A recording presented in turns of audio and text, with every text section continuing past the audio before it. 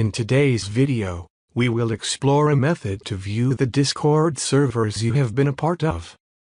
To begin, open the Discord application on your iOS or Android device.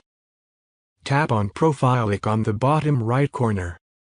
Next, navigate to the Settings menu by tapping the gear icon in the top right corner of the screen.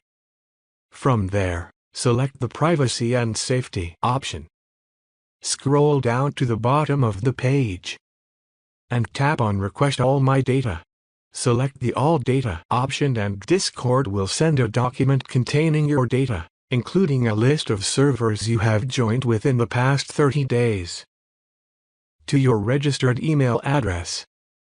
Please note that this method only provides information for the past 30 days, so if you left a server before that time frame, you will not be able to view it using this method.